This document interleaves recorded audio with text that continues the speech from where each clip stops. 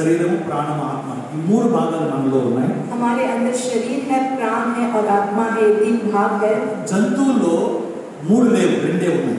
जानवर में तीन नहीं है, केवल दो జంతువుల్లో है. ఉన్నది శరీరము తర్వాత ప్రాణము రక్తము ఈ రెండే ఉన్నాయి. और जानवर में केवल दो है, शरीर है और प्राण है. కానీ నీలో నాలో దేవుడు పెట్టిన ఆత్మ మనలో ఉంది. लेकिन आप में और हम मेरे अंदर परमेश्वर ने जो आत्मा को रखा है वो हमारे अंदर है. బైబిల్ అంటే ఆత్మను ఈ దేహం తొడుక్కుంది. और बाइबल कहता है कि आत्मा को इस शरीर ने धारण किया है. రక్తంలో ప్రాణం ఉన్నది. और लहू में प्राण है.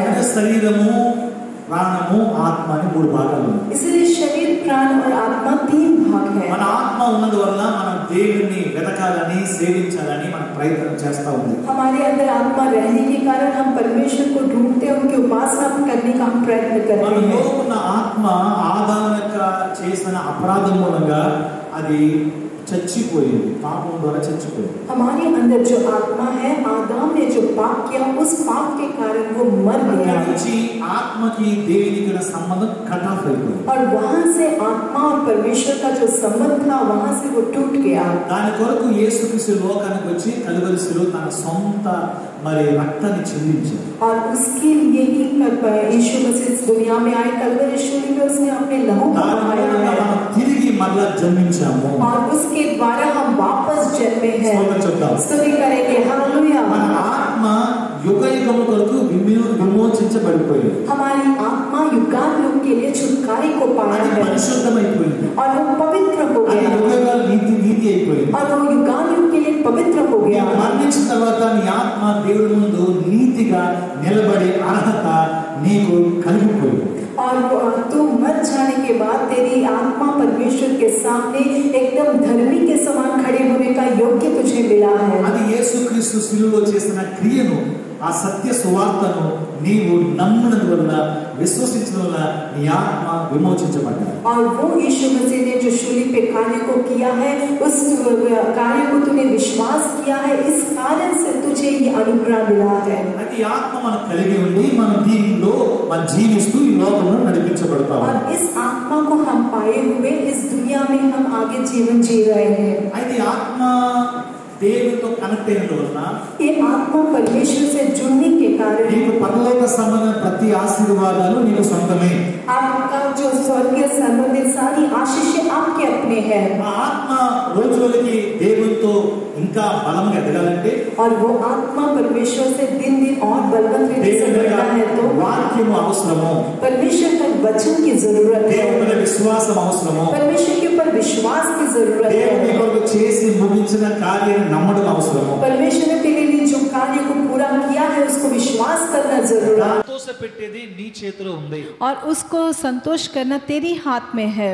దేవుడు ఏమైతే శిలువలో చేసి ముగించేశారో परमेश्वर ने जो शूली पे करके समाप्त कर दिया है నువ్వు పూర్తిగా విశ్వసిస్తాం, उसको तू पूरी रीति से विश्वास करना, हृदय में विश्वास करना और मुंह से अंगीकार करने के कारण ఆత్మ రోజు రోజుకి బలము పొందుకుంటానే ఉంటది. तेरी आत्मा दिन दिन बल पाते ही रहता है. అందుకే ఈ యొక్క బాహ్య పురుషుడు అంతరంగ పురుషుని బైబిల్లో రెండుగా విభాగించబడ్డారు. इसलिए बाहर का पुरुष और आंतरिक पुरुष दो प्रकार से भागा गया है बाइबल బాహ్య में. పురుషుడు అంటే కనిపించే దేహం, जो बाहर का पुरुष है जो दिखने वाला शरीर, అంతరంగ పురుషుడు అంటే ఇన్నర్ మ్యాన్, అదే స్పిరిచువల్ మ్యాన్. और आंतरिक पुरुष का मतलब है आंतरिक मनुष्य जो आत्मिक मनुष्य ఆ है. స్పిరిచువల్ మ్యాన్ కి ఆ గాడ్ ఈ స్పిరిట్, దేవుడు ఆత్మ అయి ఉన్నాడు కనుక ఆత్మతో డైరెక్ట్ గా కనెక్షన్ ఏర్పడబడ్డది యేసుక్రీస్తు మూలంగా. और वो आत्मिक मनुष्य को परमेश्वर आत्मा है, इसीलिए यीशु मसीह के द्वारा सीधा हमारा कनेक्शन उनके साथ मिला है. యేసు ప్రభు నిన్ను చూచినప్పుడు यीशु मसीह जब आपको देखते हैं డైరెక్ట్ గా ఆయన శిలువలో నీ కొరకు వెల చెల్లించేశాడు కనుక सीधा उन्होंने शूली पर आपके लिए मूल्य चुका दिया है. इसलिए పాపములో ఉండగానే నిన్ను ప్రేమతో చూచాడు ఆయన. तू जब पाप में था तभी तुझे उन्होंने प्रेम से देखा. శిలువలో చనిపోయి తిరిగి లేచినందువలన और शूली में मर के वापस जी उठने के कारण యేసు ఇంకా ఎక్కువగా నిన్ను ప్రేమిస్తున్నాడు. मैं और यीशु और ज्यादा आपको प्रेम कर रहे हैं. అది తండ్రి అయిన దేవుడు నిన్ను చూచినప్పుడు पिता परमेश्वर जब आपको देखते हैं డైరెక్ట్ గా నిన్ను చూడడు, सीधा आपको नहीं देखते, ఎందుకంటే నువ్వు యేసుక్రీస్తులో విమోచించబడ్డావు కనుక. क्योंकि आप यीशु मसीह के द्वारा छुटकारे को पाए हैं. యేసులో ఉన్న నిన్ను ఆయన చూస్తాడు. यीशु में रहने वाले आपको वो देखते हैं. యేసులో నువ్వు ఎలాగున్నావు? तब आप यीशु में कैसे हैं? పరిశుద్ధుడిగా నీతిమంతుడిగా ఉన్నాం.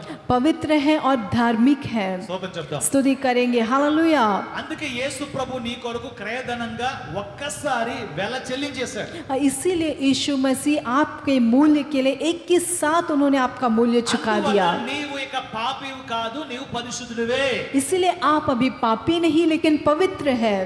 అయినను फिर भी మన దేహంతో ఉన్నందు వలన हम अपने शरीर के साथ हैं, इसलिए బలహీనతలు, छोटी छोटी निर्बलताएं దృష్టి మూలంగా, మాట మూలంగా, చెవిటి మూలంగా, అడుగుల మూలంగా ఏదో జరుగుతానే ఉన్నాయి. हमारे देखने के कारण, हमारे सुनने के कारण, हमारी बातों के कारण, हमारे कार्यों के कारण कुछ ना कुछ होते रहता అయితే है. నీ శరీరంలో ద్వారా జరిగే బలహీనతలన్నీ आपके शरीर के द्वारा होने वाले सारे निर्बलताएं యేసు ఆల్రెడీ సిలువలో వెల చెల్లించేశాడు. यीशु पहले ही आपके लिए उस मूल्य को उन्होंने शूली पर चुका दिया है. అయితే ఆ శరీరంలో చేసిన క్రియలు బట్టి वो शरीर में करने वाले कार्यों के कारण దేవుని దగ్గర రానివ్వకుండా అది అడ్డుపరుస్తూ ఉంటాయి. तो परमेश्वर के पास नहीं आने के लिए वो तुझे रोकते रहता है. శరీరంలో చేసిన కార్యాలే నీకు అపరాధ భావాన్ని కలిగిస్తాయి. और शरीर में करने वाले कार्य ही तेरे अंदर अपराध की भावना को लेके आते हैं. నీ ఆత్మ నీతి గలది, పరిశుద్ధమైంది. तेरी आत्मा पवित्र है और धार्मिक है. అయితే నీ శరీరంలో చేసిన శరీర క్రియ చేసిన వలన तेरे शरीर में जो शरीर के कार्यों को करता है, इसलिए అది శరీరంలో ఉన్న పాపమే తప్ప నీ ఆత్మ మాత్రం పరిశుద్ధమైంది. అయితే నీవు పాపం చేయలేదు, నీ శరీరంలో ఉన్న పాప ఇచ్చ నిన్ను పాపం చేయించింది. और वो तेरे शरीर में जो पाप की इच्छा है, उसके कारण तेरे शरीर को उसने पाप करवाया, लेकिन तेरी आत्मा उस पाप में नहीं है. పాప ఇచ్చ అంటే పాప కోరిక, चाहत. సో ఆ పాప స్వభావం, ఆ పాప కోరిక నిన్ను తప్పులు చేయిస్తుంది. और वो पाप का जो चाहत है वो तेरे से गलती करवा रहा है. గమనించాలి జాగ్రత్తగా. ध्यान से इसे समझिए, ఎందుకంటే ఇది అందరి లైఫ్ ఇది. क्योंकि ये सबका जीवन है. సో ఈ శరీరమే మనల్ని ఇలాంటి కార్యాలు చేయిస్తాం. और ये शरीर ही है जो हमें इस प्रकार की कार्यों को करवाता है. శరీరాన్ని మనం ట్రైన్ చేయాలి. शरीर को हमें ट्रेन करना है. ఏం ట్రైన్ చేయాలి? क्या हमें ट्रेन करना है? దేవుని యొక్క వాక్యాలు మనం విన్నప్పుడు परमेश्वर के वचन को जब हम सुनते हैं, మనకి గ్రహింపు వస్తుంది. हमें समझ आता है. దేవుని ఆత్మ మన నివాసం ఉన్నాడు కనుక परमेश्वर की आत्मा हमारे अंदर निवास है, ఆయన इसलिए మనకు చెప్తానే ఉంటాడు, ఇది తప్పు చేస్తున్నావు, ఇది తప్పు చేస్తున్నావు, ఇది తప్పు చేస్తున్నావు. और वो हमें बताते ही रहते हैं कि ये गलत कर रहे हैं, ये गलत कर रहे हैं. ఆయన మనల్ని ఒప్పింపజేస్తా ఉంటాడు. और वो हमारे अंदर से हमें अंगीकार करवाते रहते हैं. అంతేగాని నువ్వు తప్పు చేసావని नहीं, लेकिन तू गलत किया నీ है. దేహంలో రోగాలు పంపించడు, तेरे शरीर में कोई बीमारी को నీ नहीं శరీరంలో भेजेगा. కీడు పంపించడు, तेरे शरीर में कोई नुकसान को नहीं दरिद्रता भेजेगा, पंपिंचड़ो, दरिद्रता को नहीं शापान भेजेगा, शापान पंपिंचड़ो, श्राप को नहीं भेजेगा.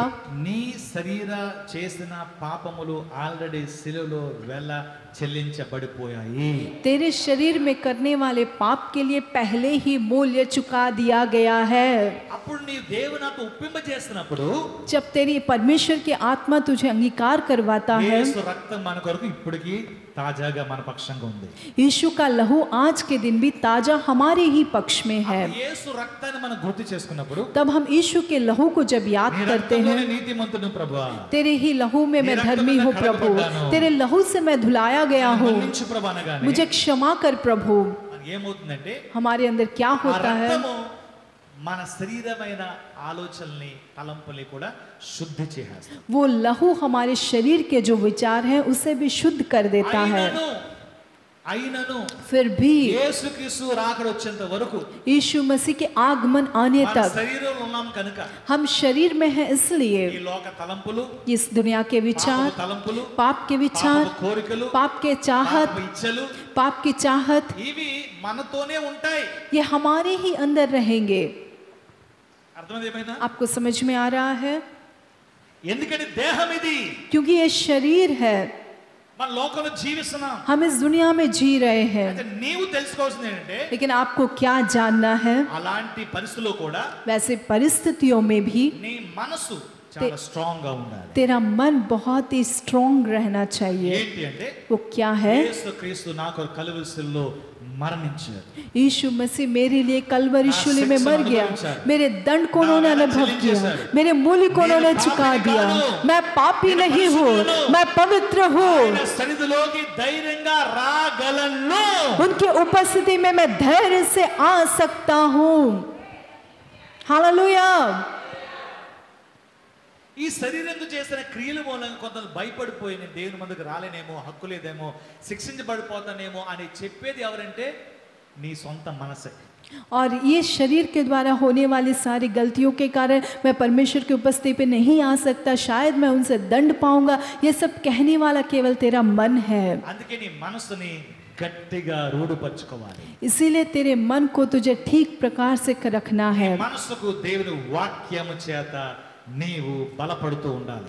तेरे मन को जो है परमेश्वर के वचन के द्वारा बलवंत करते रहना है. గ్రహింపు రావాలి. तेरे अंदर समझ आना है. ఆ గ్రహింపే నిన్ను ప్రత్యక్షతలోకి నడిపిస్తుంది. और वो समझ ही है तुझे प्रकाशन में चलाएगा. ఆ గ్రహింపే నిన్ను నీ విశ్వాస స్థితిని మారుస్తుంది. और वो समझ है तेरे विश्वास की परिस्थिति को बदल देगा.